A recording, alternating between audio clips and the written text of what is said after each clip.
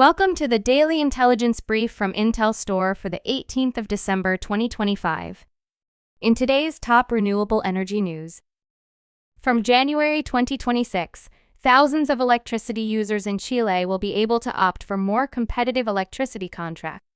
The market will open to between 3,000 and 3,500 small and medium-sized enterprises, although the transition will not be immediate. The progression will be similar to when the limit was reduced to 500 kilovolts. In the first year, it was 10 to 15% of the total, and later, the second year 20 to 25%, and so on for the next 3 years. The government of Mexico has announced a package of public and private investments for the energy sector that will begin in 2026 and will exceed $12 billion. Investments will focus on new power generation capacity with an emphasis on renewable energy and strengthening of transport and distribution networks.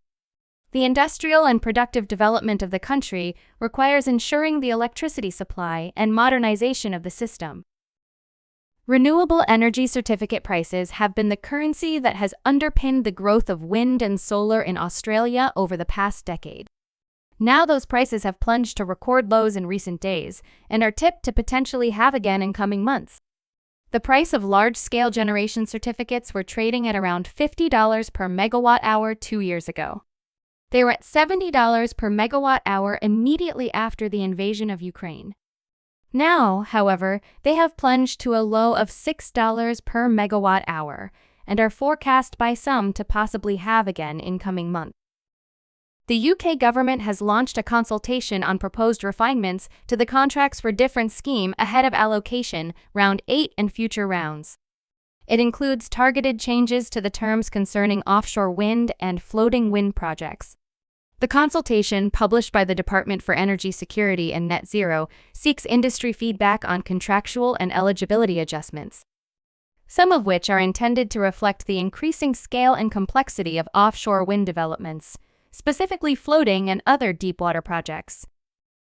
On December 15th, Mingyang Group achieved a historic breakthrough in the Middle East by officially signing an agreement with the Emirates Utility Development Company for the SPPCR6 wind power project. Mingyang will develop a customized solution for the project, delivering 146 high-performance, high-temperature resistant, and dust-resistant wind turbine generators. This project represents Mingyang's largest single order in overseas markets to date. You can learn more about all of IntelStor's market and sales intelligence offerings at www.intelstor.com and subscribe to our channel today.